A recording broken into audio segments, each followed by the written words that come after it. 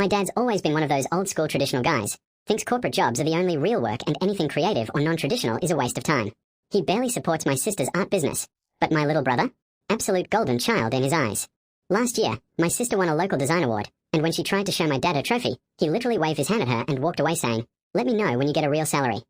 She was heartbroken. Anyway, last week I was in the kitchen making lunch with my little brother when out of nowhere he looks over and says, "Hey, can I ask you something kind of weird?" I said, "Sure, what's up?"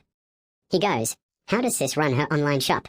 One of my friends wants to start selling his digital art, and I want to help him set it up so he doesn't get scammed." I smiled so big.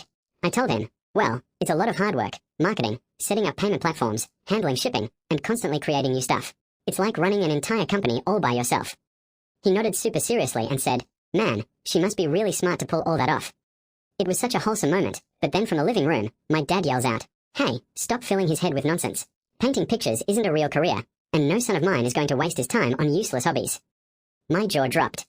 I was about to go off on him, but before I could say a single word, my little brother just looked over his shoulder and said, "That useless hobby made enough money to pay off her own college tuition. What's your excuse for still having a mortgage?"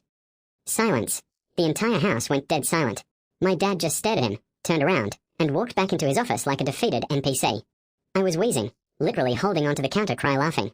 My brother just looked back at me, totally unbothered, and said, "So, what platform should my friend use first?"